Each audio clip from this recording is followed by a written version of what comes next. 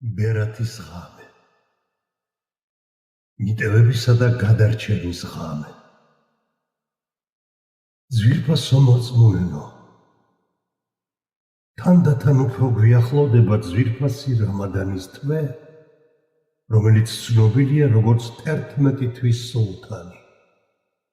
ხვალ ბერათის ღამეს აღნიშნავთ, რომელიც რამადანის მახარობელია. უზენაევს ვთხოვთ, ამ ღამის მაგლით ჩვენს ერსა და ყველა მორწმუნეს სიკეთე და ბარაქა უწყალობოს.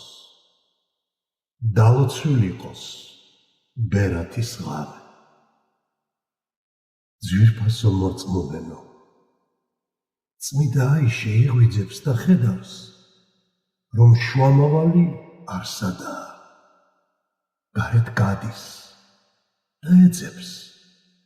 ბოლოს ნახავს, რომ შუამავალი ხელაპყრობილი დგას და ღმერთს ევედრება.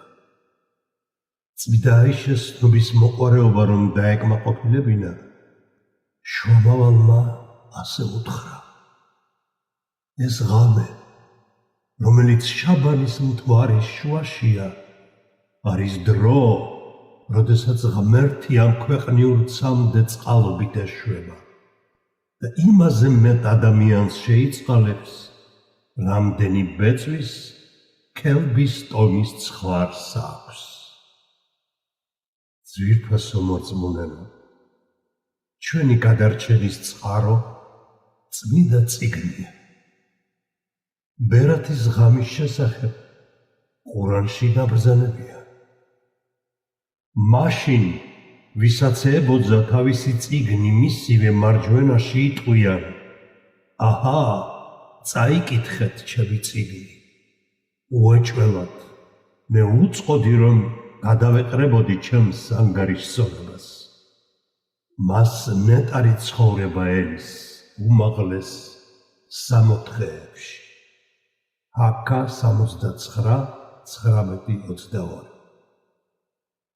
ამ აიათიდან ჩვენ ვსწავლობთ, რომ საიქიოში ყველა ადამიანს საკუთარი ცხოვრების წიგნი გადაეცემა და გადარჩენა და 64-ში დამკვიდრება რწმენაზე, ღვთისმსახურებაზე, სიკეთესა და რაც მთავარია, ღვთის წყალობაზეა დამოკიდებული.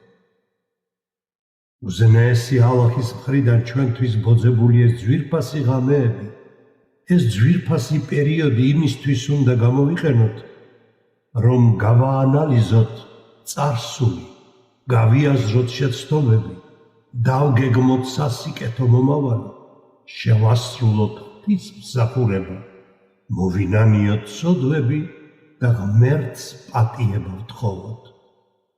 ჩვენ იმის მიხედვით კი არ უნდა ვიცხოვროთ, თუ რას ითხოვს ჩვენი უძღები შინაგანი ბუნება, არამედ ჩვენი ცხოვრების ძირითადი განმსაზღვრელი ღვთის კმაყოფილების მოპოვება უნდა იყოს.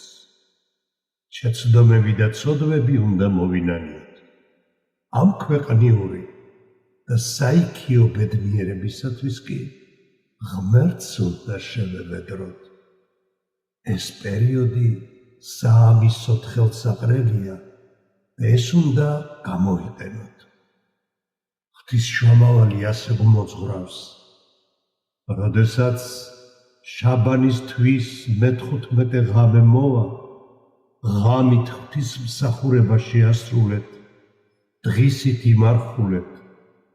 ამ ღამეს, როდესაც მზე ჩავა, ღმერთი დედამიწას წყალობით დახედავს და განთი ადამდე ასე ბრძანებს: შენდობის მთხოვნელი არავინაა, რომ შეუნდო, სარჩოს მთხოვნელი არავინაა, რომ მოწყალობო, განსაცდელში არავინაა, რომ შვება მოვგვარო.